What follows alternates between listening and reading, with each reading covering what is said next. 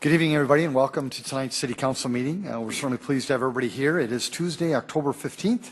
We'll start our meeting by introducing you to your City Council. Council member Sue Aguilar. Here. Anderson. Here. Entman. Here. Erpenbach. Here. Jameson. Here. Karski. Here. Rolfing. Here. Staggers. Present. Very good, thank you. We're very blessed to have Care Pastor Kenny Pospisil from the Celebrate Church here in Sioux Falls. He will lead us in our invocation tonight. We'd ask you to stand, and after Pastor Kenny is finished with the prayer, we'd ask you to remain standing for our Pledge of Allegiance. Welcome.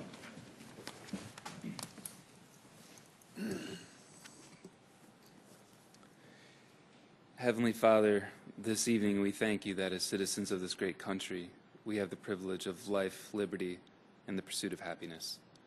We thank you for our country and pray that you would give wisdom and courage to those in federal government, that they would work together in the spirit of cooperation for what is best for us as a nation.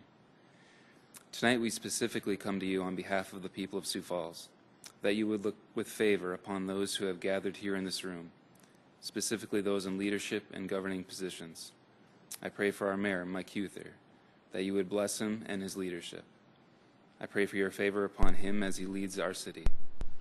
I pray the same for Jim, our chair, Dean, our vice chair, and for Sue, Kenny, Michelle, Greg, Rex, and Kermit. Give them wisdom and courage to do what is both right and fair. Bless each of them as they serve the people of Sioux Falls. It's in the name of Jesus Christ that we pray these things. Amen. I pledge allegiance to the flag of the United States of America and to the republic for which it stands, one nation, under God, indivisible, with liberty and justice for all.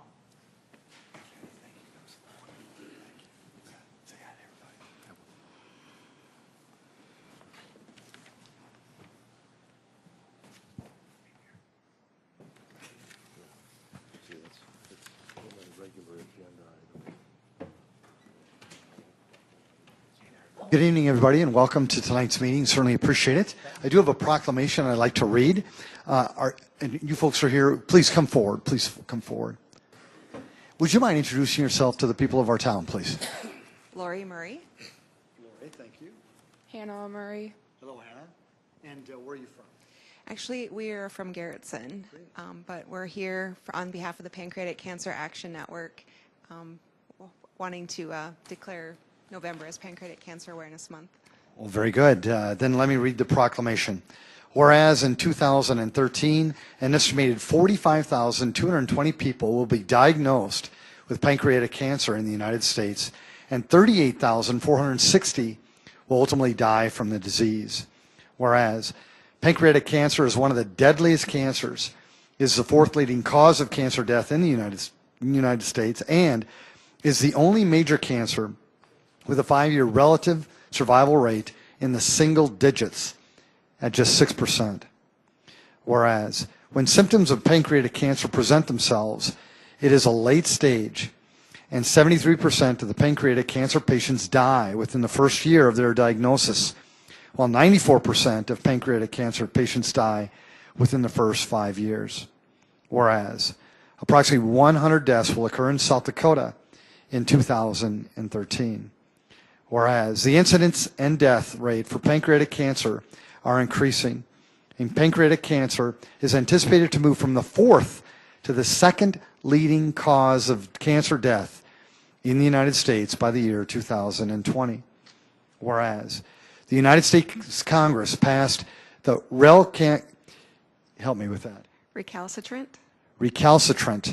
Recalcitrant Cancer Research Act last year, which calls on the National Cancer Institute to develop a scientific frameworks or strategic plans for pancreatic cancer and other deadly cancers, which will help provide the strategic direction and guidance needed to make true progress against these diseases. Whereas the Pancreatic Cancer Action Network is the national organization serving the pancreatic cancer community in Sioux Falls and nationwide through a comprehensive approach that includes public policy, research funding, patient services, and public awareness and education related to developing effective treatments and a cure for pancreatic cancer. Whereas The Pancreatic Cancer Action Network and its affiliates in Sioux Falls support those patients currently battling pancreatic cancer, as well as to those who have lost their lives to the disease and are committed to nothing less than a cure. Whereas the good health and well-being of the residents of this town, Sioux Falls, are enhanced as a direct result of the increased awareness of pancreatic cancer and research into early detection, causes, and effective treatments. Now, therefore, I, Mike Huther, Mayor of the City of Sioux Falls, do hereby proclaim November 2013 as Pancreatic Cancer Awareness Month in Sioux Falls. Thanks for coming tonight, and thanks for all you're doing. You bet.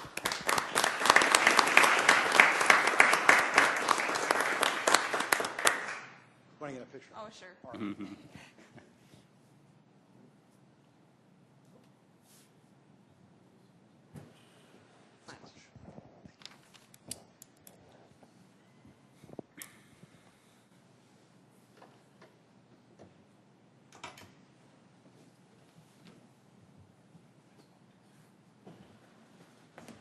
Mayor Huther, I just wanted to say that this proclamation is something fantastic after seeing the news over the weekend of a young man that has maybe come up with a new detection test, a 14-year-old. It was on 60 Minutes and then on CBS News that this young man has searched through the internet and came up with a new test that could actually detect pancreatic cancer in its earliest stages. So I thought that was something that was very interesting that meets with this. Please, thank you, Councilor Anderson Jr. I actually got to meet that young man last summer when we were advocating in Washington, D.C. for that Recalcitrant Cancer Research Act.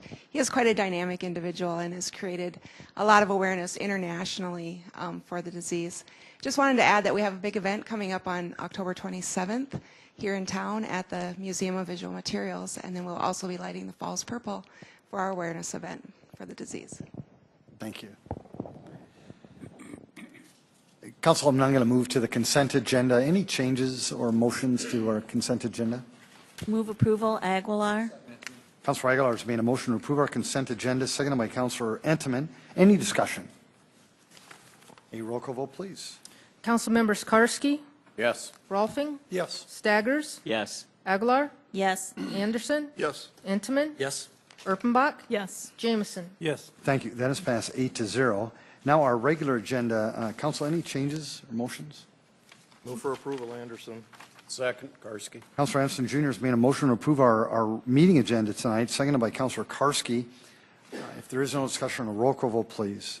Councilmembers Karski, Yes. Rolfing, Yes. Staggers, Yes. Aguilar, Yes. Anderson, Yes. Entenmann, Yes. Erpenbach, Yes. Jameson. Yes. Thank you. That is passed 8-0.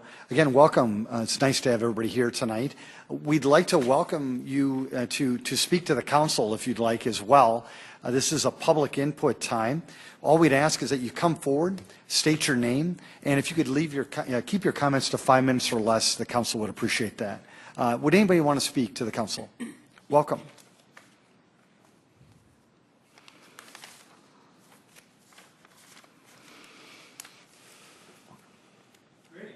Greetings. My name is David Zokitis. Live here in Sioux Falls. I have a couple of related topics.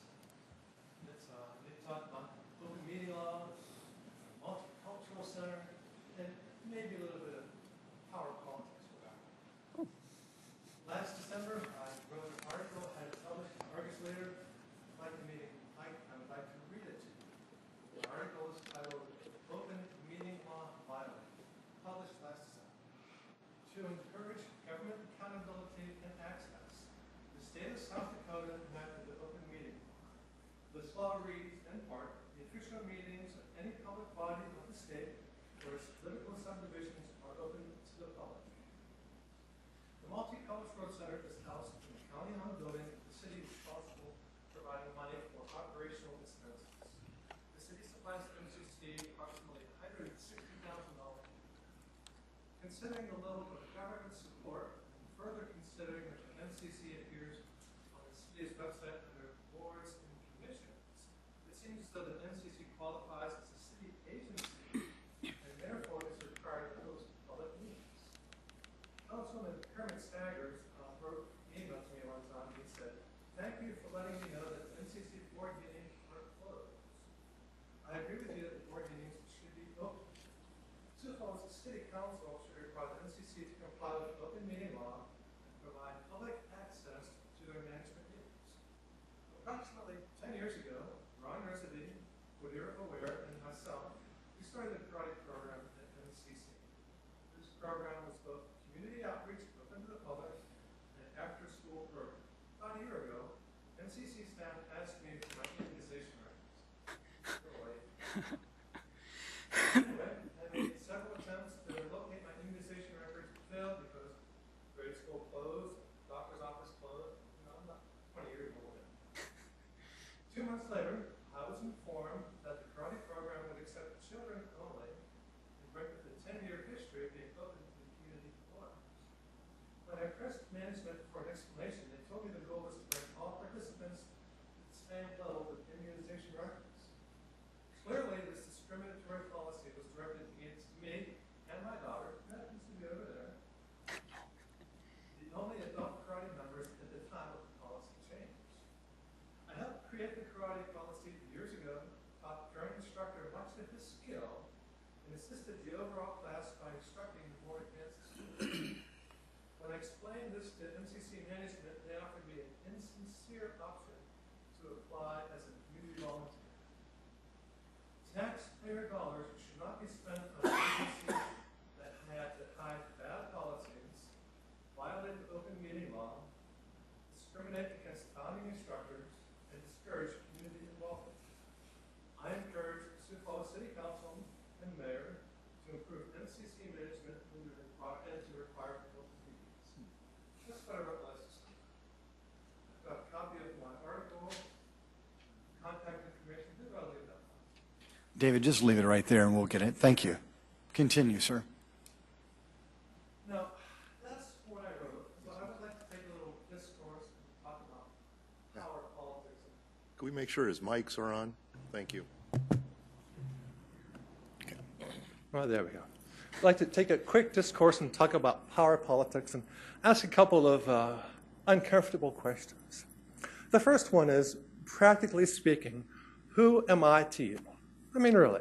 So I'm a member of the community. I can come up here and I can say something. But how much does that really matter? Well, see, and the reason why I ask that question is because I've been here before and I've sent email and I've left phone messages. Mostly have been ignored. And that's not, don't take that as a personal slight, but that's just an expression of what politics is all about. Anybody who's politically unimportant, just washed away and largely forgotten about. And actually, in this country, if you're politically unimportant, you can expect a lot worse than just being washed away. I'd like to remind people about New York City's stop and frisk policy, for example. Yes, I see Councilman Staggers, he knows what's going on there. If you live in New York City and you're poor and black, police can walk up into you anytime and slam you up against the wall and search your body. No suspicion, no probable cause, just a violation of rights. Legal if you're poor and black, because if you're poor and black, you can't defend your rights, and the rights that you can't defend do not exist. That's power politics, and it's part of really just a massive power play on the part of a very few very rich people. There's that power play going on, and if you really want to make a big power play, and if you're part of a national group, the thing to do is to start some wars. The first war in Iraq by Bush the First could have been prevented. We had enough satellite data to prevent that invasion. I know. Am I getting close to the end here? David, I'm not trying to play power politics, I swear. Oh, no, I'm not talking about you. I'm talking about the no, bigger I picture. understand. We're at 5 minutes and 30 seconds. All right, then I'll wrap it up. Would you wrap it up? Thank you, All sir. right. Appreciate it. Okay. But anyway, Councilman Staggers, you have the opportunity to change the world in a small way. You could introduce a resolution to support that email that you said before and encourage the MCC to host open meetings. And Mayor Uther, you city's chief executive officer, you could make it happen, and we'd go at least part way towards taking back the government that's supposedly ours. David, thank you. And thank your daughter as well. Thank you. Okay. Would anybody else want to address the council? Welcome.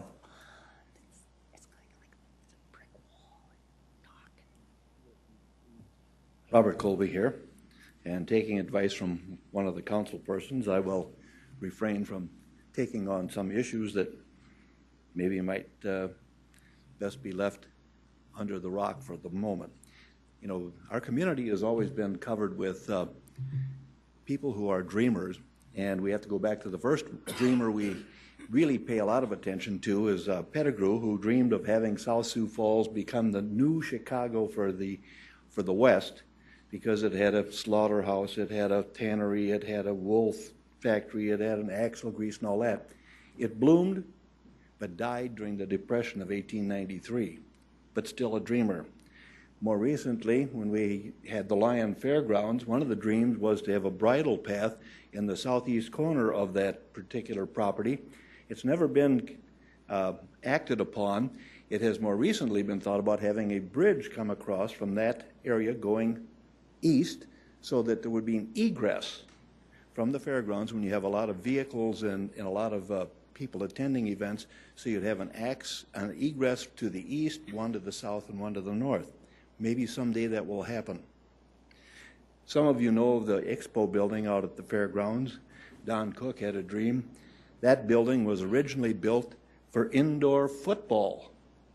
Who'd think that we would now be looking at really actually having indoor football fields in Sioux Falls, but because it was a little ahead of its time, it was broken up into what it is today.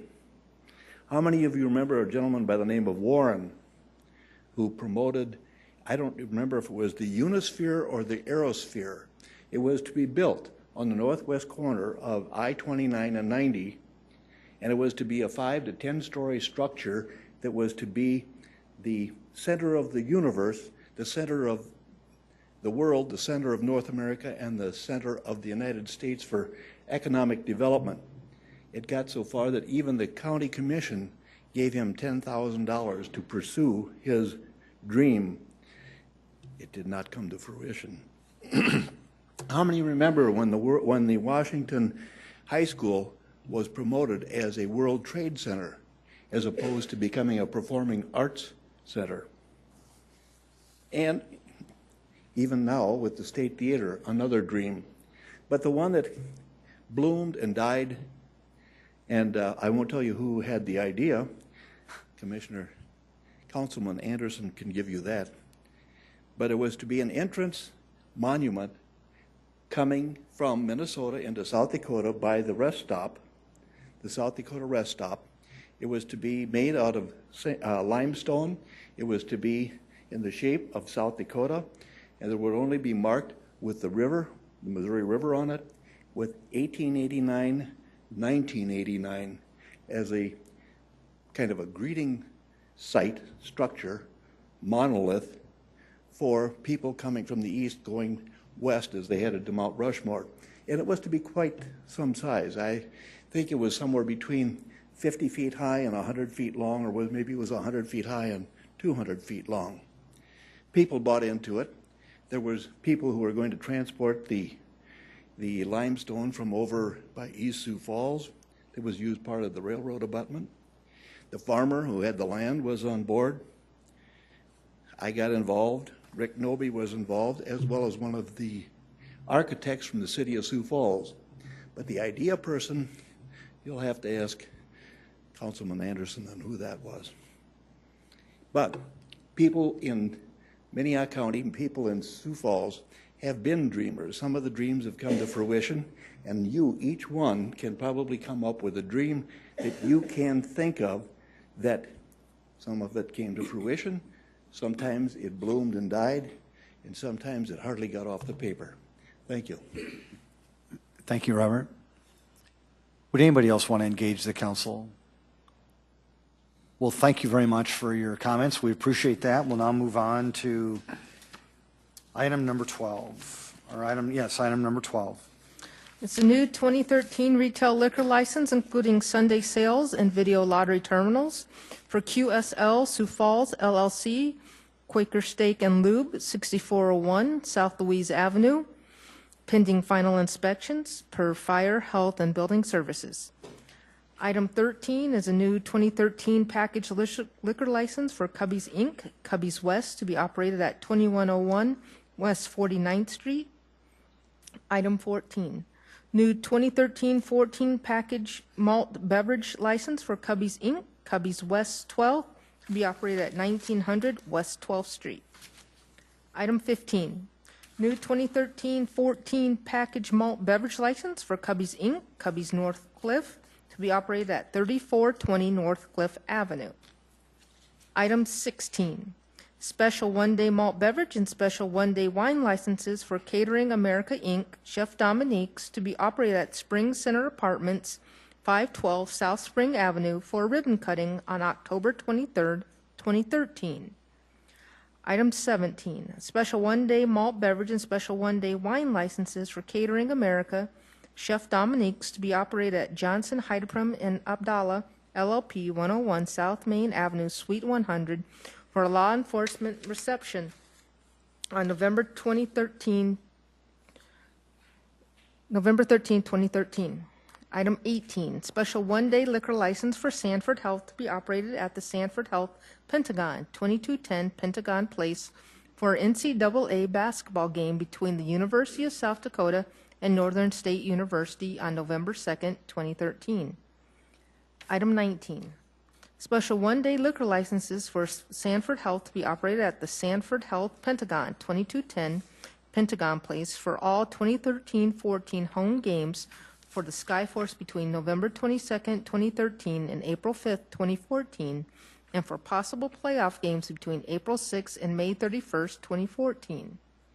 Item 20, special one-day malt beverage licenses for Tobin Houck, LLC, Monk's House of Ale Repute, to be operated at the 8th and Railroad parking lot, 401 East 8th Street, for a harvest festival on October 26, 2013, and to authorize publication of the notice on 10/4/13 to set the date of hearing. Thank you. David, any comments? Mayor, Jamie Palmer, our licensing specialist, cannot be here tonight, but she had sent out some detailed memos to the council in advance, and those have also been posted on SIRE in advance of the meetings for public inspection as well. So I think those answered. Council, any questions, David, or motions? Move for approval, Anderson. Second, Rolfing. Councilor Anderson Jr. has made a motion to approve these items, seconded by Councilor Rolfing. If there is no discussion, a roll call vote, please. Council members Karski, Yes. Rolfing, Yes. Staggers, Yes. Aguilar, Yes. Anderson, Yes. Intamin, Yes. Erpenbach, Yes. Jameson. Yes. Thank you. That is passed 8-0. Item 21. Second reading, an ordinance of the City of Sioux Falls, South Dakota, amending the Code of Ordinances of the city by adding a subchapter to Chapter 37 titled Tax Incremental Districts. Good evening, Council. Darren Smith, Director of Community Development. As you know, we are here for a second reading with what is a very brief ordinance related to tax increment financing, and Brent is putting our loan slide in front of you tonight. So this is just a recap of what we're proposing to do to provide some formal structure and some fees associated with the tax increment financing process. And I'll just touch on those briefly. Essentially what this ordinance proposes to do, and again, it's about a page and a half, very straightforward, very brief, is it does provide for a standard application that will be developed. However, it will include at a minimum the following information: project summary, financial projections, timelines for completion, ownership of project, all the things that you would expect.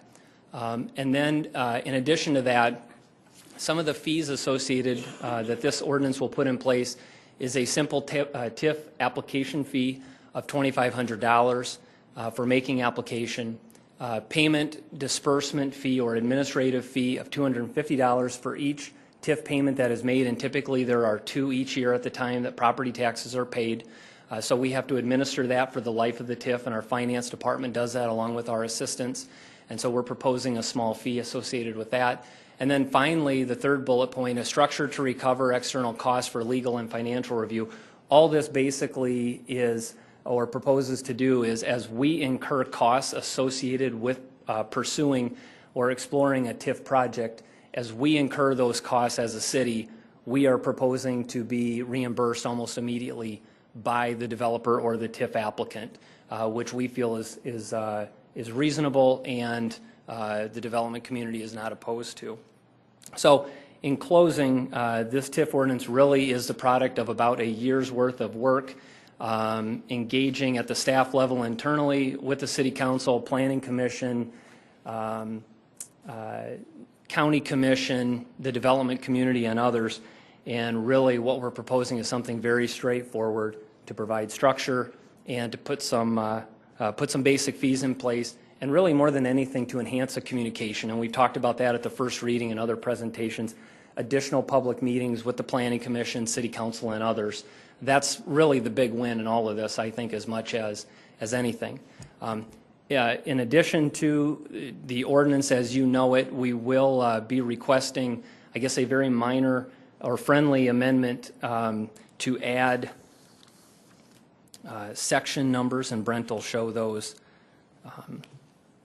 There are 4 sections, as you can see in the ordinance in front of you, Chapter 37, but what we need are the subsection numbers to be put in. And so, Dave, my understanding is this is called a fill-in-the-blanks amendment, and that's the official name? Yes, Darren. Okay. Well, that sounds good enough. So we would ask for a council member to make that motion and a second at the time that the main motion is made. And then just, if I could proactively, I would also say my understanding is that there may be further amendments offered tonight, one of which we were made aware of late today. We'd be happy to speak to that. And then the other amendment we were made aware of that would likely be coming, but I have not seen the language yet, so I can't weigh in on that, but we'd be happy to. Having said all of that, I would close by saying I would strongly encourage you to please approve the ordinance that's in front of you. We're not opposed to further exploring the other issues that may come up with this, not at all. We'll come back tomorrow and have a full work session. Not opposed to that. In fact, we welcome it. But this has been in the works for a year. It's something that we feel is a very good first step, very simple and straightforward. It allows us to put this in place before the next project comes in, which we believe could be as early as next month. In fact, we would expect that. And finally, we just feel like whatever issues are still out there, deserve a full discussion and vetting among all the parties that would be impacted. So, thank you. Darren, Brent, thank you. Folks, this is the second reading, so you have the opportunity to engage the council before I turn it over to them. Any comments at all from anybody in the audience? Very good. Council? Questions, comments of Darren, Brent? Councilor Jameson? Thank you, Darren. If you could tell me which amendments you have and don't have, we'd get those in front of you. The one that I've seen is related to facade easement. I believe that's from Councilor Anderson. I have not seen, I've been told that there's another one related to ownership from your council staff, which we do appreciate being notified of that, but we just have not seen it. So I can't weigh in until I...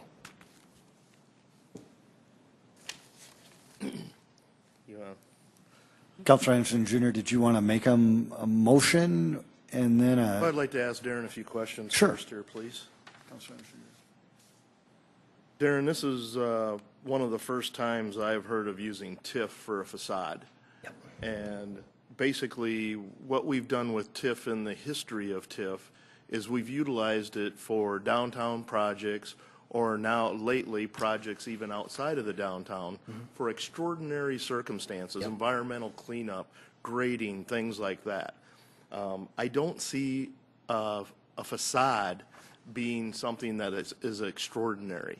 Yeah. So explain why you want to use this now, and especially since we have a facade program that just recently we doubled the amount of money in that program. Good question, and in hindsight, I wish we had been a little more aggressive last week when this came up at the first reading and answering it, so we'll do that right now. First of all, we're not proposing to use facade easement in this way through TIF and not proposing anything new. You know, when the word now is stated, we're not proposing anything different. I would just ask you to keep in mind facade easement was part of one of the 18 TIFs essentially that has come forward, and that was done back in 2007. I wasn't here. I have some of the history of why that was done, but in a nutshell, what I would say is, again, it's an eligible reimbursement through TIF at the state law level, but it's nothing new. And in general, what I would say is the council, city council, ultimately has a final say in everything related to TIF. So if a TIF comes in front of this council or any council, you have the ability to vote yes, no, or even amend out facade easement if it is a part of it. I would go ahead and say we really have no intention of using TIF for facade easement components. But again, to put something in ordinance, that basically says never ever. And my personal opinion is I don't know why this council would want to tie their own hands or the hands of a future council. You never have to do anything. You can always vote no or amend something out. But I do want to make it clear, it was one TIF and it was done back in 2007 and for specific reasons at that time. And the council was made fully aware of that when they approved it. So in our conversation that we had late last week, are you still proposing to have meetings with the council, a work session to discuss what TIF should be used for? Absolutely. Again, we welcome it. You know, we did that work session a year and a half ago, but we would welcome that. And as I told you, as opposed to a committee environment, we would prefer getting around a table in the other room and doing a full work session with the full council. We just think that would be more beneficial because TIF is complicated and we want to lay it all out and give a full explanation and answer any questions. So we'd be happy to. Well, Mayor, what I had written up as an amendment was a motion to amend Section 2 by adding the following sentence herein: the city shall not utilize tax increment financing revenue for the purpose of securing a facade easement. And I would like to make that motion. Okay. Oh, excuse me. We need a motion.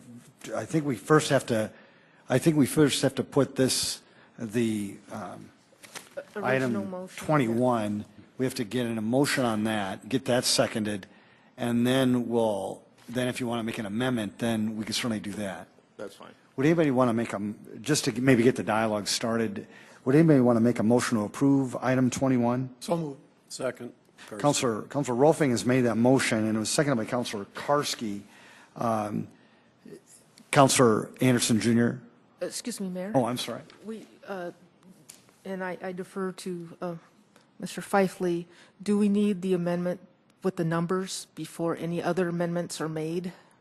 Or does the order not matter? Mr. Mayor. Okay. Mr. Mayor, I'd make a motion formally called the fill in the blanks amendment for subsection numbers to be completed in the ordinance. Okay. Second amendment. There's been a motion made by Councilor Erpenbach, which was tied to the discussion held earlier by Darren and Brent, and it was seconded by Councilor Entenman, basically called a fill-in-the-blanks amendment. It has been made, has been seconded. Any discussion on that? A roll call vote, please. Councilmembers Karski, Yes. Rolfing, Yes. Staggers, Yes. Aguilar, Yes. Anderson, Yes. Entman, Yes. Erfenbach, Yes. Jameson. Yes. Thank you. That has passed 8-0. We now have an amended motion. Is there any other amendments? Can I now go to Councilor? Councilor Anderson Jr.? Motion to amend Section 2 by adding the following sentence after herein: the city shall not utilize tax increment financing revenue for the purpose of securing a facade easement. Second. There's been a motion to amend the amended motion, and it has been read by Councilor Anderson Jr. Did you get that, Denise? Yes, sir. Very good. And it has been seconded. Discussion, Councilor Buck? Darren, could you speak to that a little bit more for me? I'm not sure I understand. State law allows this, allows the use of TIF money to provide, for us to purchase an easement on a facade on a historic building. So talk to me, I just need you to finish the thoughts that you were talking about earlier in terms of tying our own hands, and how are you interpreting that? Well, the allowed uses for TIF are rather broad, and they became more broad in a recent legislative session where the legislature approved the use of economic development grants inside of a TIF district. But my point that I was trying to make very simply is no TIF district can be established or approved without city council approval. And you receive, you not only establish the boundaries for the TIF district, but you also get the TIF plan, which details what those identified reimbursable expenses are. It lays it out right there for you. So you have the ability, again, to vote yes, vote no, or amend it. So if you as a council member do not support the use of facade easement being reimbursed as part of a TIF district, you'd simply make a motion to amend that, and then if there's a second, and then a vote. So that's my point, is the city council always holds all the cards with a TIF district or any ordinance. And so by tying your hands, what I'm getting at is when you put something in ordinance that says it is not allowed, you're basically saying never ever. And none of us know that. None of us know what extraordinary or extreme circumstances could come up with a project. One more, Councilor. Mr. Mayor. Would you explain for me the difference between the funding for our current facade easement program? Where does that money come from? And where does the money come from for TIF financing? Are there different sources? What are those? Well, it's a little different. With the facade easement program, that's in the capital program or the CIP, so those are sales tax dollars. So the city uses sales tax dollars to purchase an easement on a facade after a private building owner has made improvements.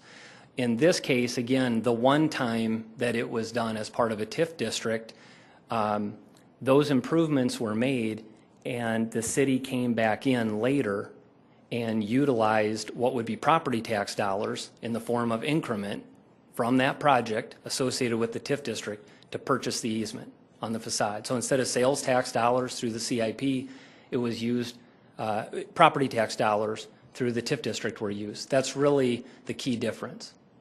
Thank you. Councilor Anderson Jr. So Darren, no matter what, this isn't free money. No matter what, we are using tax dollars, correct?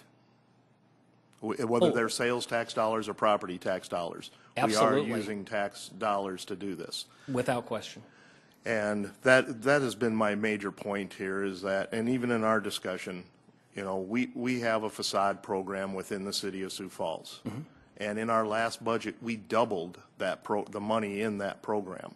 Yep. And I think that that's the route that we should go.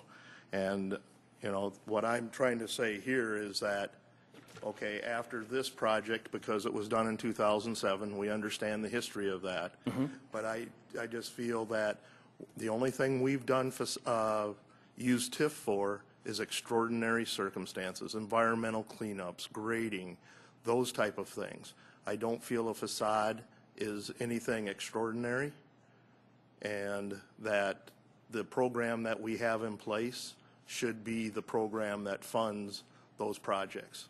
No, I understand. The only clarification I would make is the extraordinary costs were associated with the site of the project and the blight removal in that case. And TIF dollars are used not only in a but-for situation, but also the other standard we have is that there's a public benefit of some kind to that. And, you know, I think the city has had a long position of the facade easement program is a public benefit, and that's why sales tax dollars are utilized. And so it met the test of extraordinary in terms of blight removal for the project and a public benefit with the facade easement specifically. But the last thing I would say is I'm not so much debating the specific use of facade easement. I'm making an argument more at the 30,000 foot level that you can always say no. You can always say no. or amend or approve whatever you want. But when you put something in ordinance and you specifically prohibit it, you're saying never ever. And that's all I'm saying. And there's future councils that may share a different opinion. And in the future, those councils can amend this ordinance also. Yep. So there's not a tying of the hands. Actually, the council could come back 3 months from now and change this ordinance. So I don't see where there's really the tying of the hands. It's just saying, at this time, we do not feel that the facade program is TIF eligible. Councilor Aguilar. Darren, could you be more specific so that we know exactly what project you're talking about? Which one is it? Yeah, in this case, it was the Tri-State Creamery and the Larson Building in Uptown. And may I? Oh, please, Councilor. And you're saying that when the original TIF was approved, that wasn't in it, but then they came back? No, that was in the original. It was in the original. Correct. Yep. One more?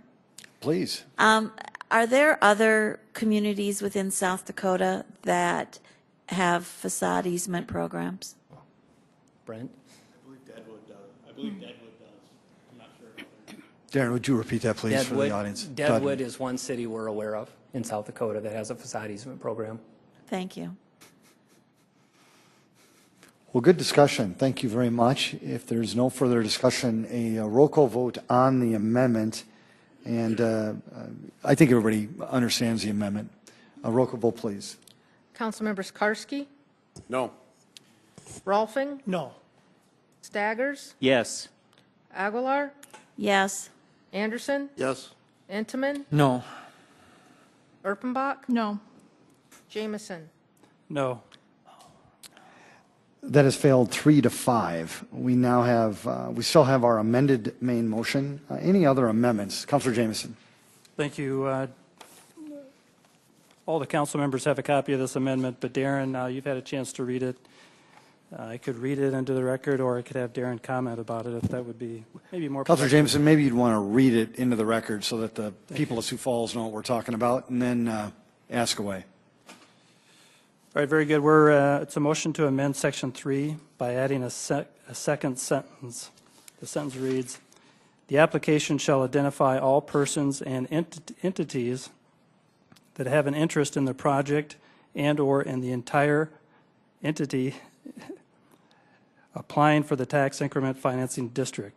The disclosures shall require identification of all members of the LLC or LLP, other partners, investors, shareholders, and directors of a corporation or any other person who has a financial interest in the project or in the entity applying for the tax increment of financing. The applicant shall be under a continuing obligation to update this disclosure within 30 days of any changes throughout the application process and throughout the life of the developer's agreement. If the applicant is a publicly traded company, the applicant shall be deemed to have complied with this provision if it has provided the city a copy of its most recent annual report with the application." Thank you, Councilor. Second, Aguilar. There's been a motion made by Councilor Jameson, which he had just read, and it was seconded by Councilor Aguilar. Discussion on the item. Councilor Jameson. This language comes directly from Rapid City and their TIF ordinance. It's part of their application process. It's all it is a part of their application. So we're not amending or changing the actual TIF process. It's just the application.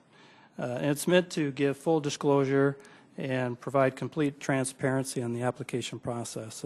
The use of a TIF is a great, wonderful tool for the city, and developers benefit greatly, the city benefits greatly, and I just think this provides the disclosure and transparency that's necessary. So, Councilor, thank you. Darren, any comments? Yes, did have a chance to read it. And let me start by saying, I know we've communicated in recent weeks that we understand the ownership component is important, and we're not opposed to that. In fact, we put that on a slide that we would propose. We even proposed to put language in the ordinance late last week that would say the application shall include the following, and ownership is one of them. The one thing, though, we would like more time to work on is the definition of ownership. Counselor, we have shared, because you've brought this topic up before, and so as we've gone through, we've had a really good, open, candid dialogue with the development community for months on this ordinance. And when that topic was brought up, we did share that with some of those folks and ask for their feedback. Now, they've got some concerns with how that would be put in ordinance and how far you would take that. And I'm not going to speak to that. I think if there is someone here tonight from the development community who would weigh in, I would ask them to do that. I would just simply say again, we're not opposed to the concept. We just like more time to work with you folks and have that work session and have a full vetting and discussion. And on some level, it's in some respects not fair to the development community because we have had a very good open dialogue with them throughout. They've been very candid with us. And they're not, they were not made aware of this as far as we know. So this would be a bit of a surprise for them. I just think more time to make sure we do it right. And we'll be back tomorrow if that's what the council desires. Councilor Stagers. Yes, I guess I have a question for Councilman Jamison. Sure. I'm trying to recall from memory, but I think some time ago you did ask the administration for the names of people that had been involved in past TIFs. Have you gotten that information? I think we all received an email today after 5 or so from Brent. I guess I don't know who sent it, but I did get an email. All of us did get that email that did give us a list of all the TIFs in existence and the active owners. Okay, that was today, huh? Yeah. Okay. And also, if I could ask Darren a question here too. You've mentioned having a number of work sessions and so forth. So would you be willing for us to defer this for another month or so? Well, I would politely ask you not to. And here's why. Because, again, we have a project that is very likely to make application for TIF. And that will be advancing to the point where I think it's very likely they would like to do that next month. They're fully aware of what we're doing. They're willing to fill out the application and go through the new process, pay the fees and so forth. And so we would like to see that happen. The last thing I would say is we've been in front of the Land Use Committee at least 3 times, maybe more. This is our 3rd time here this month. The first Tuesday with an informational meeting and a presentation, a follow-up first reading presentation, and then tonight is the second reading. We're trying to take a very basic first step with putting an application and some basic fees in place and enhanced communication. We're not opposed to further discussion or even future changes, but we would strongly ask you to consider passing this tonight. We'll come back tomorrow whenever you want and start having additional conversations. Councilor Erbenbach. Thanks, Darren. I don't really have a question. Because I check my email frequently, I do have the chart on my phone right now, and it's public information. We all have it. I think this is plenty. It gives us the entity name and it gives us the principal members of the entity. I'm not sure I understand why we would want to list every little donor, and I don't mean that in a belittling way. I just mean that there are folks that, these are private companies that it's, to use my mother's language, it's really none of our business who has invested in some of these companies.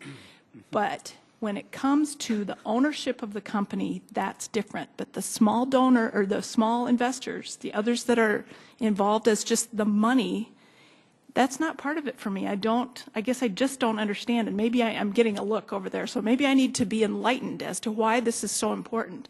But I think that the entity name and the principal members is adequate information for this level of work. Councilor Karski. Maybe Councilor Jamison would like to address the question. Councilor Jamison. Yes, thank you. I think it does become a part of our business because we're the ones in the sole body who can decide on whether the TIF is given or not. So whether a developer or an investor wants to put their name down on the line as an applicant because they're applying for this enormous tool, I think that's when it becomes a part of our business, and we should know. And so I would ask, challenge this question as I did earlier with another counselor. Would it surprise you to know that I am one of those investors that is not disclosed in one of the previous TIFs. Would that surprise anybody? I think it would. But so I think it's only fair if anybody's applying for a TIF that we all know who those people are. It just seems fair if we're the ones in charge of deciding whether a TIF should be or not be, we should know who's applying. I think the public should know. It seems only fair. I'm going to go, Councilor Anderson Jr., did you have a question or did you now stop? It's okay if you don't. No, I wanted... Councilor Anderson Jr. If you would, please. Yeah. I do agree with Councilman Jameson. In his statement earlier, he wished he could have talked to Rapid City officials when he was at the Municipal League meetings. And I know that Rapid City did struggle with TIF and letting it get maybe too expansive. And I think that this is something that came out of the problems that they had there. I just feel that if you're asking for public money, we should know who you are. Councilor Buck, did you have another comment or? I would just reiterate that we do know who they are, and that, you know, if it were that I had bought stock in a publicly traded company, then my name is public information. But if I'm an investor in a small local company in an LLC, that to me is I'm just saying, for me, that's different. And the Rapid City issue, you know, they let it go way, way, way beyond, but they did things that Sioux Falls has been so incredibly conservative with TIFs that it's not even apples to apples. We're having that conversation. So I would just reiterate that I don't agree with this, that I believe what the information we get now is adequate and more than adequate, and I would suggest not voting for this. Councilor Rolfing. Thank you, Darren. This information that is, or the way this is worded, does that go? Is it too deep? Is it something that you would, you know, with the information we have right now? How are the people on the that you're dealing with TIFs in the past? What's going to be their feeling on this? Well, again, the concern expressed by them has been, what's your definition of ownership? Does it go down to everybody who has $1,000, and is it then our responsibility to make sure all of that is provided? And oftentimes they'll get investors for projects after the TIF district is approved and the project moves forward with investors and financing and so forth. You know, I know there are some folks in the audience tonight. I would like to have them come up and just share you know, some of their concerns directly from the development community, but that's where the concern has been expressed by them. It's not so much with the concept of ownership and identifying those in terms of the principles, but what's the definition of ownership? How far? Where is it right now? Well, right now, again, the reason we're putting this application and some formal structure in place is because none of that's in place. It's a very loose and formal. But you're using some kind of criteria right now. Yes, we are essentially asking them for the principles. Typically, it's an LLC that is formed and makes application, and so we ask for the principal members of that, the significant principal owners. Being down to what, 10%? We don't have a definition for that. Okay. Yeah, and that's one of the reasons that we're proposing to put the structure in place. And the last thing I would also mention is, we had a conversation, because, you know, Jim David made us aware that there would be an amendment related to ownership and that it's borrowing from Rapid City language. So Brent made this phone call, but we were told by them that this language is not in ordinance. It's just part of the administrative process associated with it. So Brent had the conversation, and we need to make sure that whoever he talked to, that is accurate. But that's kind of the point, again, with not making this decision this instant. Right. I don't know a lot of people who are opposed to the concept. It's just the definition and how far you go with it. Okay, thank you. Councilor Aguilar.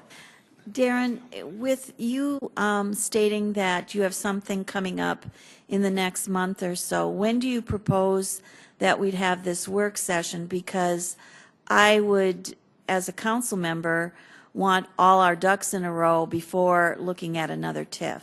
Yes. Well, what this would do is it would get the application, the formal application, and those fees in place. and then we could go through the TIF process if we have an applicant. But remember, again, there's nothing precluding you from demanding of the TIF applicant, hey, we would like to know who the ownership is. And if you want to request right down to, you know, every investor at every level, you can have that discussion and make that requirement at that time. There's nothing that prevents you from doing that. But again, you would know the principal owners as you always have. Councilor Karski. I've been able to write down 2 or 3 if you don't mind. So, Please take your time. First of all, Councilor Jameson, you had indicated that the amendment would be strictly for the application process, but it seems to go way beyond the application process because it says throughout the life of the developer's agreement.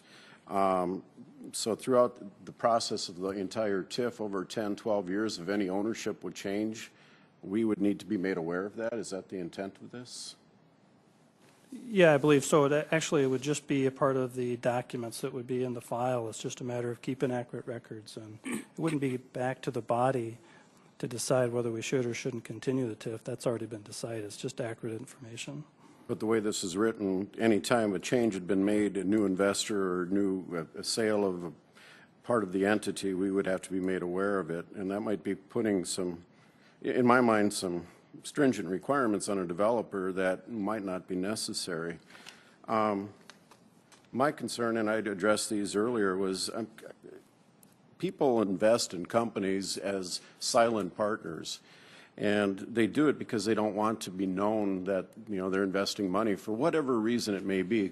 As Councilor Erpenbach said, you know, kind of mind your own business, or it's none of your business. When I look at a TIF as a counselor, I think we should be deciding the relevance of the TIF based on the merits of it and not based on who the investors are within it.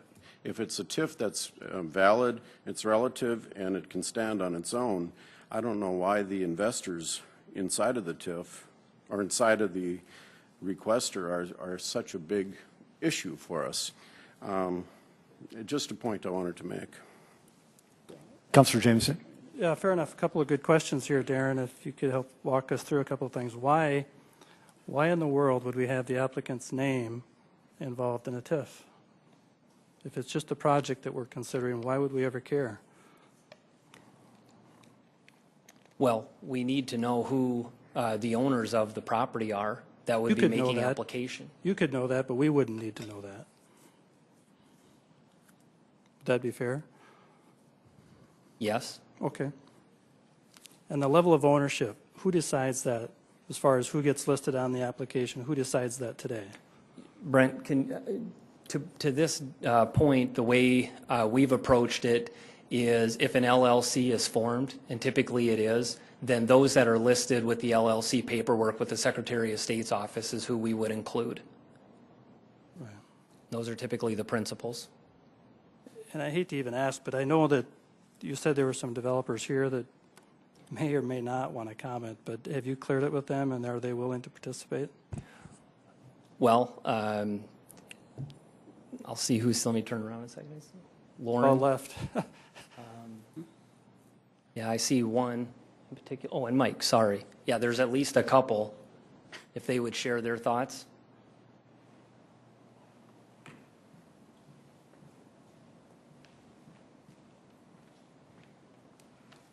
Thank you. Lauren Kepsel with Lloyd Companies, 101 South Reed Street.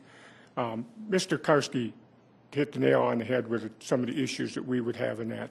We have a number of our investors, and we have been blessed with a number of TIFs. If you go down the river here, the CNA project, the Hilton Garden Inn project, and then down Phillips Avenue with the new apartment project, were all projects that received TIF funding. All of them primarily to remove the pollutants that existed in those sites. And we are pleased that you took the action you did. But I have two primary concerns, a couple of secondary ones. The main concern I have is if you look at those projects, now I'll allude to two of them, the hotel project and the Phillips Avenue apartment project. Between the two of them have just under 100 investors in them. limited partner investors. I'm not talking about the general partners who are public. And we raised just under $10 million to make those projects happen. I know there are a number of those investors that would not have signed on to be investors if their names were made public. They're very interested in keeping their finances private and their information private. I will also tell you that as a development company, these investors are very near and dear to our heart, and we consider their names intellectual property. We aren't all that excited about listing all of our partners' names in the public and having others solicit what we have in those. So while we are fully supportive of making public the general partners, the principals in the LLC, we would have great concerns over listing the limited partners. The limited partners in the hotel, on the average, own less than 1% each of that project, and on the apartment project, it's just under 2%. So they really aren't a significant part of, individually, of the ownership piece. Collectively, they sure are.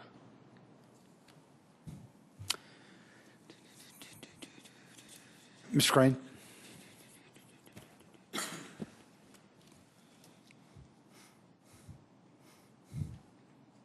Mike Crane, 122 South Phillips, and I would love to see the list of the Lloyd investors.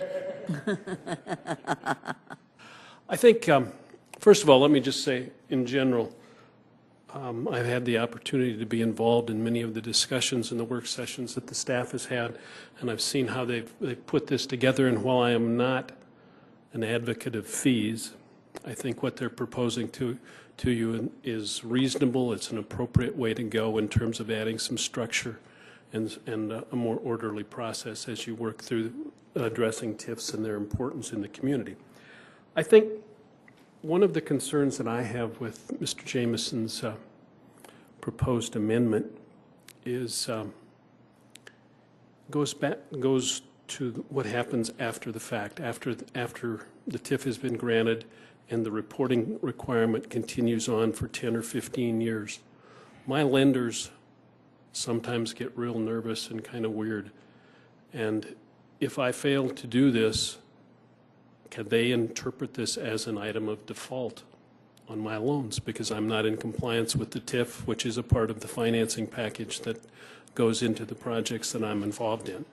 So I think that while I'm not opposed to disclosure, my name is on the list that Michelle referred to earlier.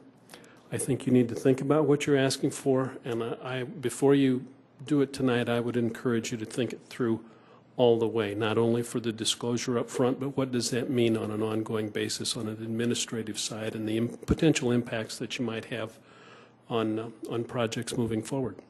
Thank you. Thank you, Mr. Crane.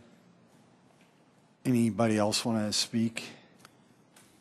Very good. Council, any more questions, comments? Councilor Staggers?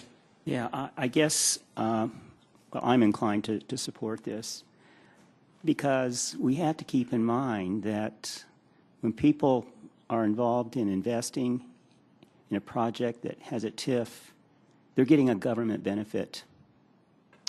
And the public definitely should be aware of that. Now, I'm still not quite sure why somebody that's investing maybe 1% in a project is so concerned about their name. I guess I don't understand that, but if that doesn't seem to fly, that we should include them, at least we should be including people that have political connections and making sure their names are revealed. Because this is a concern that some people have, that people with political connections are involved in these TIFs. Councilor Intiman. Thank you. You know, on the surface, when I was approached to consider supporting this, on the surface it seemed really, in a way, it kind of made sense. I mean, you know, because we all like disclosure, we all like transparency. I mean, they're terms that are thrown about, you know, quite a bit nowadays, needless to say. But, you know, I think the dialogue that we had here actually raised more questions than trying to fix what could possibly be an issue. And I think in respect for a lot of people that are out there that are investors, and they do it not because they want power or because they're trying to make a statement. They do it because it makes financial sense to them. It's an opportunity to invest in your communities. And they believe in the partnership or the ownership groups that are putting this thing together. And they're dependent on those people to make sure that they follow the rules and regulations that are out there. Otherwise, they would not be able to raise the money that they're getting to put these projects together. The TIF projects that we have seen are projects that have been good for this city. They've made some significant improvements in our city. And I guess I'm not against more dialogue. And I think some more dialogue, Darren, to your point, is probably needed here too. But I think at this point in time, I don't think that I can support this because to me it just raises more questions than what I believe it was really intended to help. Councilor Anderson, Jr. I guess after reading this too, I guess the one thing that does concern me is the part that says the applicant shall the applicant shall be under a continuing obligation to update this disclosure within 30 days of any changes throughout the application process and throughout the life of the developer's agreement.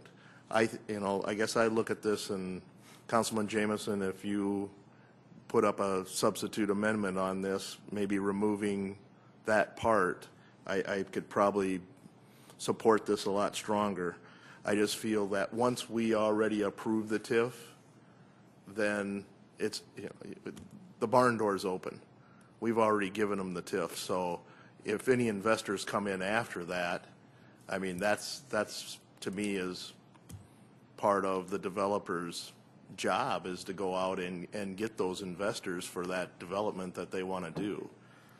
And I just think that's carrying it a little bit too far if we do the throughout the entire agreement. So just a comment. Councilor Jameson.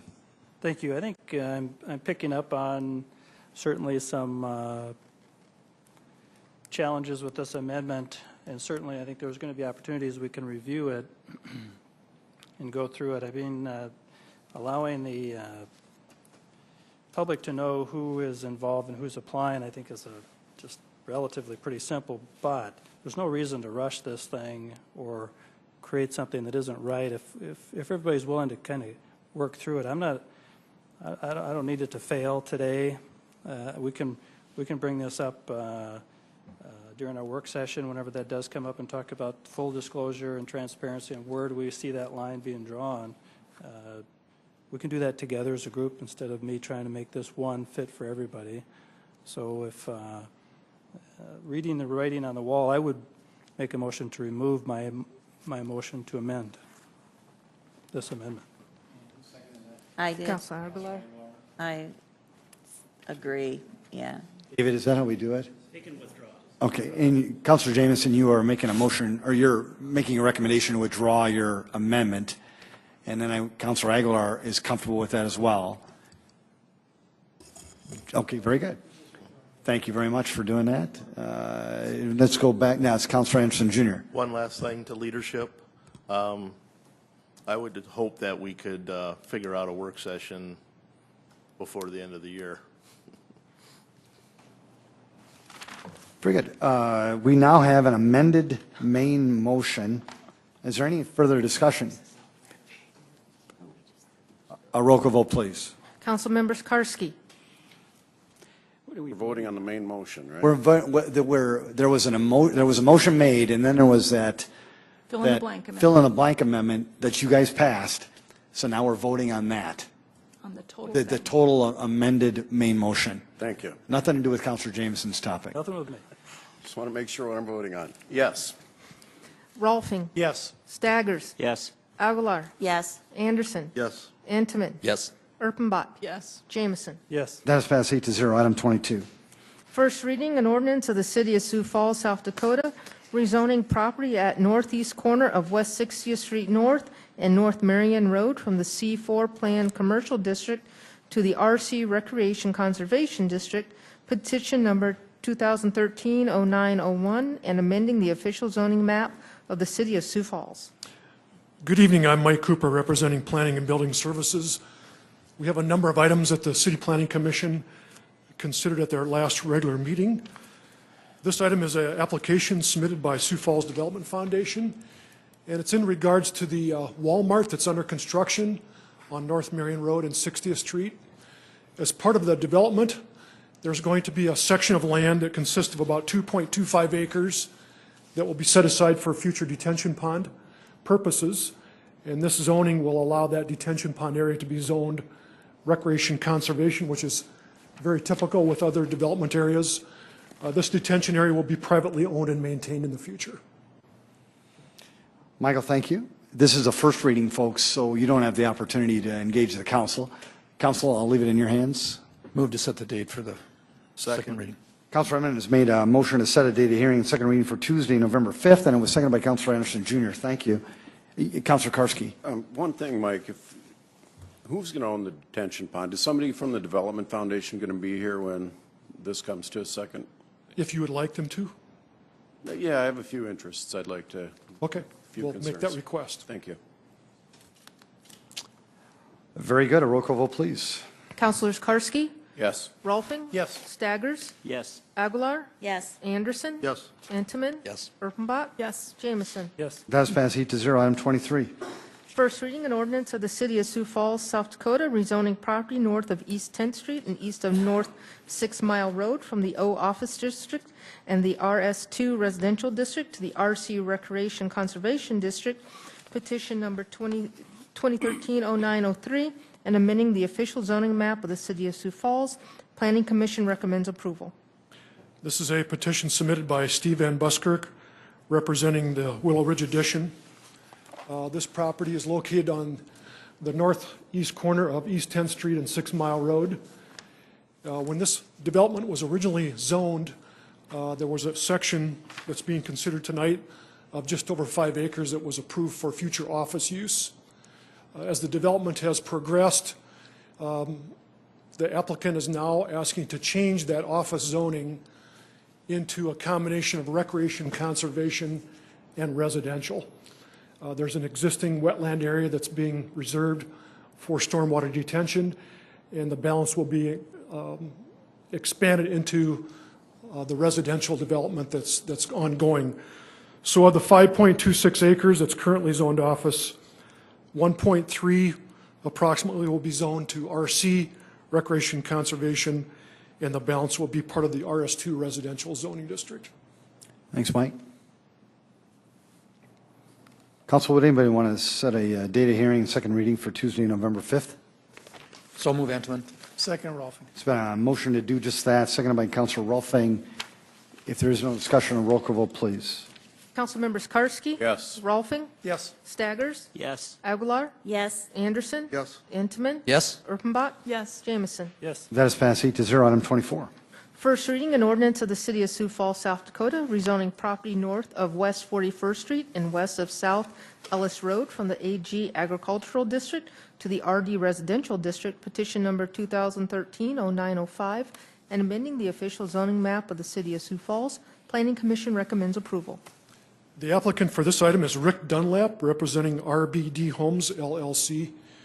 This is a 40-acre parcel that was recently approved by the City Council for annexation into the city limits. And now the developer is asking for the rezoning into residential for future development purposes. And I believe at the time that you were approving the annexation, there was a question about wetlands. There are some wetlands on this property, and that would be part of the future development plan that the developer would have to address with a layout of the streets, lots, storm drainage, and utilities. But this is the next step in the process after the annexation, is to change the zoning from agricultural to future residential. Council, would anybody want to set a date of hearing and second reading for Tuesday, November 5th? So moved, Karski. Second, Intiman. Councilor Karski's made that motion, seconded by Councilor Entman. A roll call vote, please. Council members Karski, Yes. Rolfing. Yes. Staggers. Yes. Aguilar. Yes. Anderson. Yes. Intiman. Yes. Erpenbach. Yes. Jamison. Yes. Thank you. That's passed 8-0. Item 25.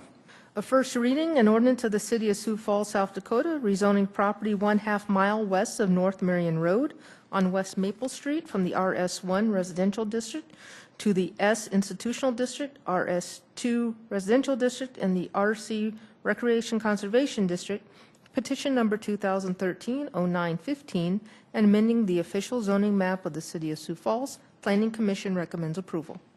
This applicant is the Sioux Falls School District, the current owner of this 40-acre parcel.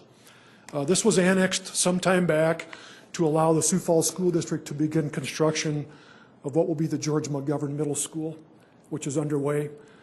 As part of this annexation at the time, the county, Minnehaha County, had already zoned this area RS1 single-family residential. Now that the school is underway, we've been working with the district on future plans for an elementary and park, as well as the city potentially could develop a corner of this for a future fire station. So this is an attempt to update the zoning plan from when the property was annexed. It will be divided into 3 parcels. S Institutional will be the middle school portion. The RC will be the elementary park area, and then the corner will be for the future city fire station. Move to set the second reading. Thank you, Councilor. Second, Karski. Thank you, Councilor. There's been a motion, has been seconded, to set a date for the second reading. Roll call vote, please. Council members Karski. Yes. Rolfing. Yes. Staggers. Yes. Aguilar. Yes. Anderson. Yes. Intiman. Yes. Erpenbach. Yes. Jamison. Yes. That is passed 8-0. Item 26.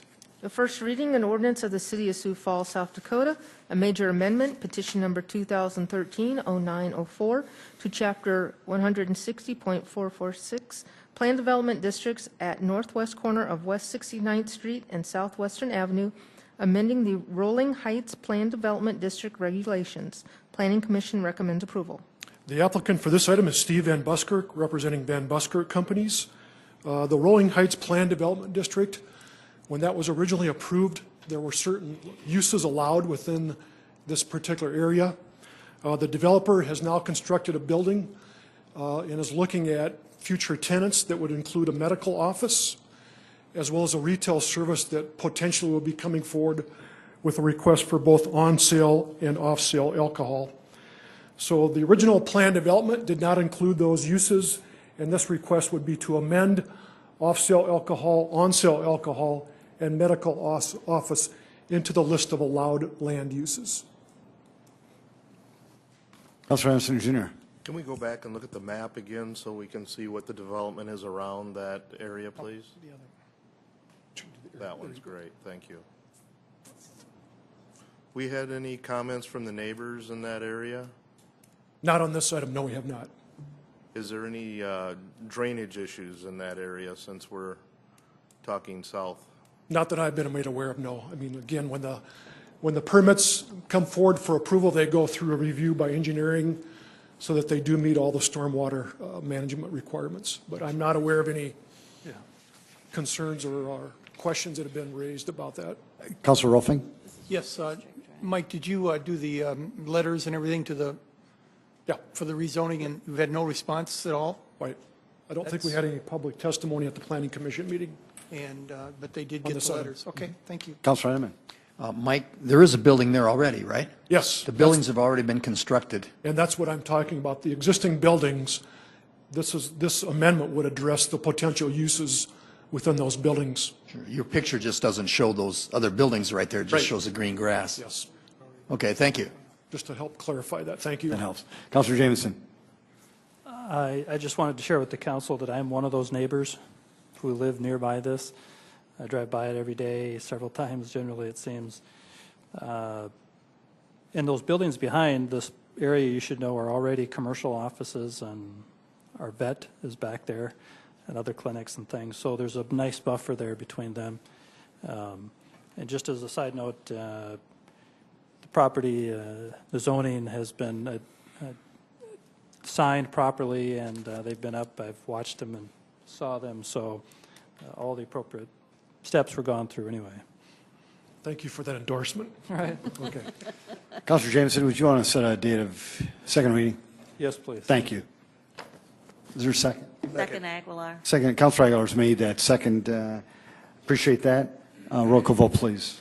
Councilmembers Karski, Yes. Rolfing, Yes. Staggers, Yes. Aguilar, Yes. Anderson, Yes. Intamin, Urbanbach, Yes. Jameson. Yes. Thank you. That's passed 8-0. Item 27.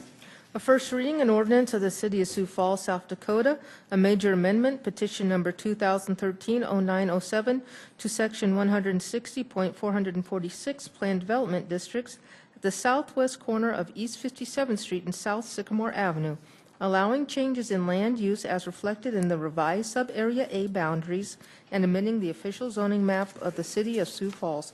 Planning Commission recommends approval. This applicant is Joel Dykstra, representing RMB Family LLC. Again, this is a planned development district that was approved a number of years ago and back in 2008. And the developer is now looking at revising the layout. Essentially, we're changing about just over 6 acres of land. We're shifting it from multifamily residential into a future commercial development area to make the commercial potential more realistic off of the 57th Street frontage. So the graphic on the left shows the current sub-area boundaries, and the one on the right shows the proposed change. And again, this did go through Planning Commission with a recommendation for approval without any neighborhood comments. Mr. Mayor, I move we set the date for the second reading. Councilor, thank you. Anderson. Thank you, Councilor Anderson Jr., for seconding that. If there's no discussion, roll call vote, please. Councilmembers Karski, Yes. Rolfing. Yes. Staggers. Yes. Aguilar, Yes. Anderson, Yes. Intamin, Yes. Urbanbach, Yes. Jameson. Yes. That is passed 8-0. Item 28. First reading, an ordinance of the City of Sioux Falls, South Dakota, amending the Code of Ordinances of the city by amending Chapter 77, Subchapter Parking Ticket Appeals. Good evening, Darren Smith, Director of Community Development, which includes public parking. This is a first reading of an ordinance that the attempt here is to centralize many, if not all, of the appeals processes within the city. It's something that City Attorney Fifley and his office and our office has been working on extensively. Matt Nelson, our public parking manager, made a more full presentation on this at the informational meeting today, and my understanding is that went well, but there is a discussion around the dollar amount associated with this appeal. We're certainly open to continuing the dialogue on that. I think, as some of you know, this has gone through the City Council committee process and was actually approved at the $50 level in terms of filing an appeal, and that would make it consistent with all others. After that process, we took another look as a staff and really felt like that was excessive for a $5 ticket, so we reduced it in half down to $25. We're open to continuing that discussion and having a different amount, perhaps at the second reading. The principal purpose behind this is we do have a number of no-shows because historically there has been no fee associated with appealing a ticket, and we have to hire hearing administrators to hear those, and we get a lot of no-shows. So we'd like them to have some skin in the game to come forward with their appeal. Councilor Aguilar. Darren, do you have a percentage as far as how many that are appealed, are found for the plaintiff or? Yes, and those are numbers that we will provide you. I just spoke with Matt about that, so we'll make sure you have that. Thank you. Thank you, Councilor. Mr. Mayor, I move we set the date for the second reading. Second. There's been a motion to set a date of hearing for Tuesday, November 5th for that second reading, and it's been seconded by Councilor Karski. A roll call vote, please. Councilmembers Karski, Yes. Rolfing, Staggers. Yes. Aguilar, Yes. Anderson, Yes. Intamin, Yes. Urbanbach, Yes. Jameson. Yes. That is passed 7-0. Item 29. A resolution authorizing the mayor to enter into an amendment number 2 to contract for management and operation of Sioux Falls Transit, NKA Sioux Area Metro. Again, Mike Cooper with Planning and Building Services. Back when we were presenting our 2014 budget request for Sioux Area Metro, if you recall, one of the things that we talked about was coming back later in the year with a proposal to change the way that transit maintains our operating budget and the accounting system. We've been working with the city attorney's office, with city finance, with First Transit, and our own staff to put together the recommendation that's before you tonight. And essentially what it does is that it provides for a similar process in terms of a financial management system that we have with other third parties, such as the Convention Center, Orpheum Theater, Pavilion. We're following that same model with this proposal that's before you tonight. First Transit would be required to maintain their own separate financial management system, and they would also be implementing a separate operating account that would be overseen by the city finance department as well as city planning.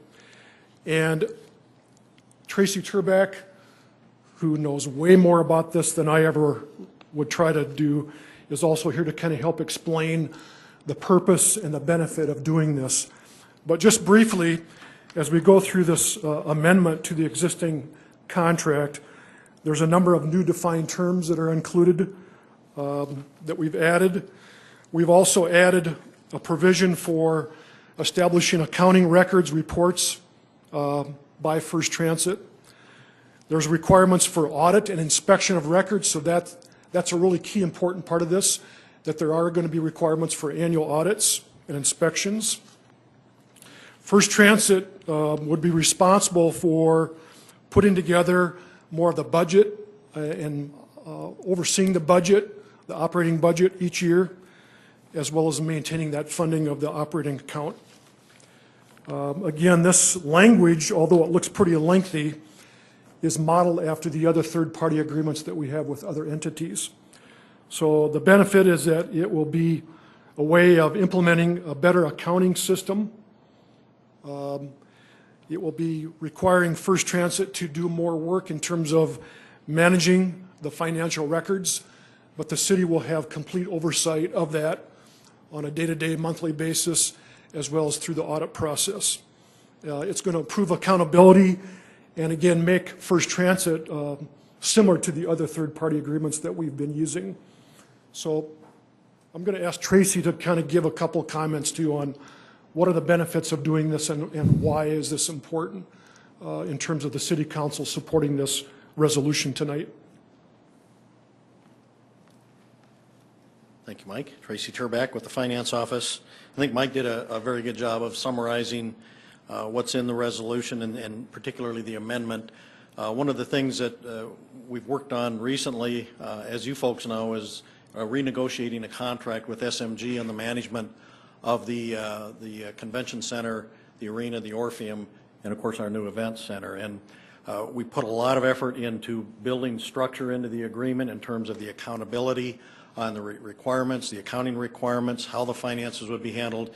And so we did use that agreement as a model, and a lot of that language has been lifted out of that agreement and duplicated here in this amendment that you see. And one of the things that in comparing how transit is currently accounted for and how the finances work, in comparing that with how it's working today with the managed facilities out on the Arena campus, there's far more structure to the agreement with SMG, and the transit agreement is really lacking any kind of structure at all in terms of spelling out in the agreement how the finances are handled, who handles the money, what kind of financial reports are required. The current agreement doesn't require them to have an independent audit. So some of the real benefits that I see of this amendment, one, it will isolate all the transit funds into, as Mike mentioned, into a single operating account. That will go a long ways toward increasing the degree of accountability for all the transit funds. It requires First Transit to provide a full set of financial statements, in other words, balance sheet, income statement, cash flow statements. All those things would be required under this amendment. The financial statements would have to be audited by an independent CPA firm, and the cities will have the right to approve the selection of the CPA firm as we do under the SMG agreement. And Mike alluded to the more structured budget process and the capital planning process, that they will be required to submit, make a formal submittal of what they're proposing as a budget. We struggled a little bit this year with First Transit, trying to get a lot of the details worked out and understanding kind of what was behind their budget. I think this will help us put more meat on the bone, or require them to put more meat on the bone in terms of what they're proposing for their budget. And I certainly put in a plug for consistency, I guess, with our third-party managed facilities. I think the more consistent we can be on how we approach these and how we manage these contracts, I think would certainly be an improvement. But with that, I'll stand by along with Mike to address any questions you have.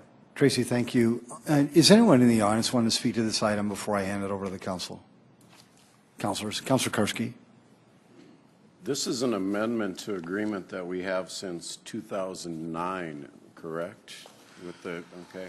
And I'm looking at the agreement or the amendment, in section 16, it appears that we're going to be paying First Transit between $138,000 and $167,000. Is that what that is? We're compensating them for providing this service to us? Yeah, that's in the current agreement, so this would not amend those numbers. But what we're saying is that we've changed the language that that specifies how that money is paid out. Okay. But it doesn't change the dollar amount. We're giving them more work, but they're okay with it? They're Yes. not asking for more compensation based on that? Okay. We've worked this out with First Transit, so we have mutual agreement on this. Councilor Aguilar. That was my question. Very good. whether Thank it you. was additional Thank you. dollars. Councilor Rolfing. Yes, Mike, does this agreement, and I haven't had a chance to read through it completely, but I didn't see anything in here that stopped us from having internal audit look at the books out there either? Is there anything in here that would stop, that would preclude internal, our own internal audit, doing an audit of this, of SAM? There's absolutely nothing in here that would preclude that. In fact, it specifically says the city has the right to do that, come in and inspect the records ourselves. I said that, yeah, I assumed that's the kind of thing it meant, but didn't specifically say that, so thank you. Mr. Mayor, I move that we approve the resolution. Second, Karski. Councilor Evans made a motion to approve this resolution, seconded by Councilor Karski. Roll call vote, please. Councilmembers Karski? Yes. Rolfing? Yes. Staggers? Yes. Aguilar? Yes. Anderson? Yes. Entman? Yes. Erpenbach? Yes. Jameson? Yes. That's passed 8-0. Item 30. A resolution including certain contiguous territory within the corporate limits of the city of Sioux Falls, South Dakota, annexation 2012-1103 West 85th Street and South Tallgrass Avenue. Tonight we have 3 annexation petitions, and these are all being petitioned by the property owners voluntarily.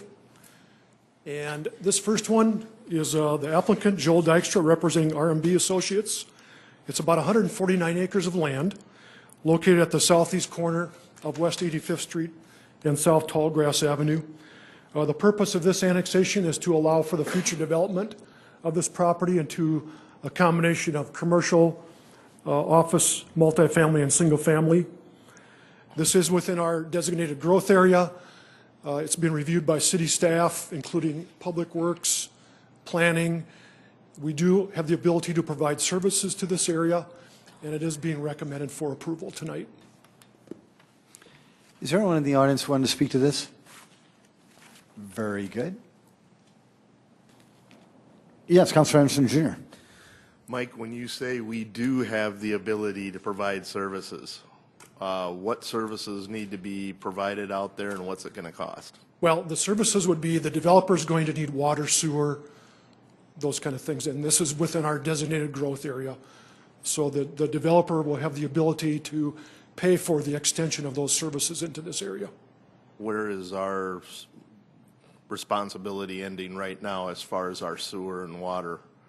How far do they have to go to bring that in? The city limits is just to the east of this development, so it's really close by. Bring it in from the east, not the north? Yep. Okay. Thank you. Good question. Mr. Mayor, I move we approve the resolution. Second, Anderson. Councilor Enneman's made a motion to approve this resolution, seconded by Councilor Anderson, Jr. Roll call vote, please. Councilmembers Karski, Yes. Rolfing, Yes. Staggers, Yes. Aguilar, Yes. Anderson, Yes. Intiman, Yes. Erfenbach, Yes. Jameson. Yes. That is passed 8-0. Item 31. A resolution including certain contiguous territory within the corporate limits of the city of Sioux Falls, South Dakota, annexation 2013-0719, Pinewood. This is an applicant, Steve Van Buskirk with Van Buskirk Companies. The property consists of about 18.3 acres. It's on the south side of 85th Street, east of Western Avenue, and it's directly to the east of property that was approved by the City Council at the September meeting, 17th meeting, to be annexed. This is proposed to be future residential development, and again, it is within our designated growth area. The utility services are available along 85th Street, and this has also been reviewed by city staff and is being recommended for approval. Move for approval, Anderson. Second, Karski. Councilor Anderson Jr. has made a motion to approve this item, seconded by Councilor Rolfing. If there is no discussion, roll call vote, please. Councilmembers Karski, Yes. Rolfing, Yes. Staggers, Yes. Aguilar, Yes. Anderson, Yes. Intiman, Yes. Erfenbach, Yes. Jameson. Yes. That is passed 8-0. Item 32. A resolution including certain contiguous territory within the corporate limits of the city of Sioux Falls, South Dakota, annexation 2013-0718, Willow Ridge. We have another application tonight by Steve Van Buskirk, and in this case, the property consists of just over 48 acres of land as part of the Willow Ridge development area. This would be another phase that the developer is requesting approval to begin developing. The same story as before, that this is within our designated growth area. Services are available for the developer to extend utilities and future street access into this, and this is also being recommended for approval by city staff. Mr. Mayor, I move that we approve the resolution. Second, Jameson. Councilor, and is there anyone in the audience who wants to speak to this item before I go on? Very good. Councilor Entman has made a motion to approve this item, and it's seconded by Councilor Jameson. A roll call vote, please. Councilmembers Karski, Yes. Rolfing, Yes. Staggers, Yes. Aguilar, Yes. Anderson, Yes. Intiman, Yes. Erfenbach, Yes. Jameson. Yes. That is passed 8-0. Item 33. A resolution advising and giving consent to the appointment of members to certain citizen boards. Could you read those, please? These are for the Sioux Falls Sports Authority, and they would be Doug Barthel, Jim Intiman, Don Kearney, and Kurt Soul. Council, before we vote on these, if I could just mention one thing before we have a motion on this. I did speak with Kevin Lampy, who is the chair of the Sports Authority. In terms of having Chief Barthel as well as Don Kearney on the Sports Authority, I asked them, what is the intent of that?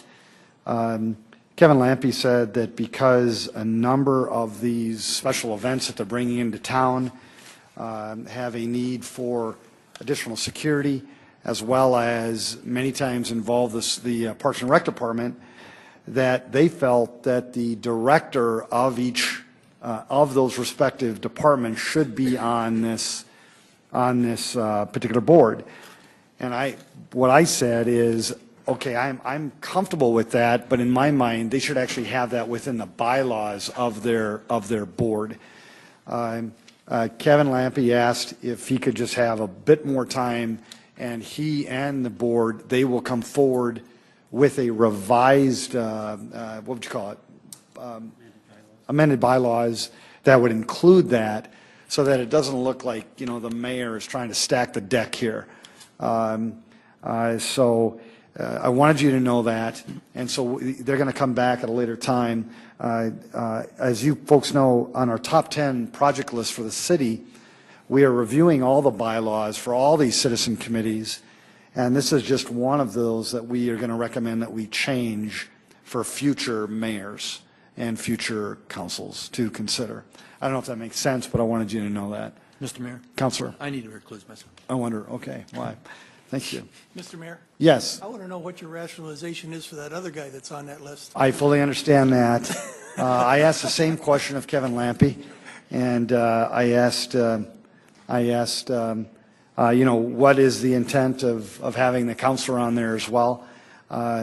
They felt that not only was it important to have a counselor on this, but they were actually pleased with Councilor Enneman's performance as a board member and recommended that he stay on there.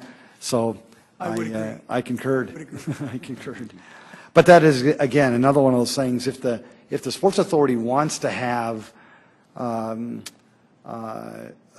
specific body on there, such as a city councilor, to me, they should put that in the bylaws itself. And they agreed, and they will do that in the future. But I said that I would share that with the council. So I hope that makes sense. Move approval. Councilor Rolfing, thank you. Second. Councilor Rolfing has made a motion, has been seconded. Councilor Jameson, did you have a question? Thank you. Please. The question was the city's involvement in the Sports Authority as far as financially is not existent. Yes, that was another good point, Councilor Jameson. Thank you. I actually also asked some questions in terms of, you know, the intent of the Sports Authority, how it's funded, how it's governed, and all those things. It was originally intended to create a public-private partnership. However, the funding of the public-private partnership was really solely privately funded. Initially, it was funded by Premier Bankcard, Firstmer Bank, and Sanford Health. Now there are additional donors as well to the cause that help bring in these events to the city. But that, again, is just kind of another topic in that if it is truly just a privately funded entity, just kind of curious, how is the interaction with this public entity called Sioux Falls City Government? So again, I think it's done wonderful things for the city. However, from a governing perspective and a bylaw perspective, I think it does need some further review. And we're working on it now. So, Councilor Jameson, thank you for that point. There has been a motion, it has been seconded. Roll call vote, please. Council members Karski, Yes. Rolfing, Yes. Staggers, Yes. Aguilar, Yes. Anderson, Yes. Erpenbach, Yes. Jameson. Yes. Thank you. That has passed 7-0. Council, any further? One thing, I do notice some younger people in the audience tonight. Are you folks from University of Sioux Falls? Would you mind standing up? We appreciate you being here, and thank you for spending the hour and a half with us. Appreciate it.